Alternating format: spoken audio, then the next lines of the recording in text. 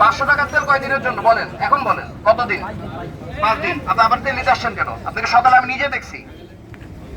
এই যে এই টাইপের লোকজন যারা এরকম আছে, অকারণে সে সকালে 500 টাকার তেল নিছে, সে এখন আবার 500 টাকার তেল নিতে আসছে, কেন আসছে বলেন? আপনারা বলেন। ব্যবসা করার জন্য। তাদের কি হওয়া উচিত? শাস্তি হওয়া উচিত। সবাই কি একমত? আপনি সকালে 500 টাকার তেল নিছেন, এখন কেন? আপনি সকালে 500 টাকার তেল নিছেন, এখন কেন 500 টাকার তেল নিতে আসছেন বলেন? আচ্ছা, এটা ব্লক করে দেওয়া হবে। 1860 সালের দণ্ডবিধি 268 ধারা অনুযায়ী কোন ব্যক্তি যদি এমন কোন কাজ করেন বা অবৈধ কাজ থেকে বিরত থাকেন যার ফলে জনসাধারণ বা নিকটবর্তী এলাকার বাসিন্দাদের সাধারণ ক্ষতি, বিপদ বা বিরক্তির সৃষ্টি হয়, এটা কি আমাদের বিরক্তি সৃষ্টি করছে না? ওনারটা 20 দিনের জন্য ব্লক করে দেওয়া হলো।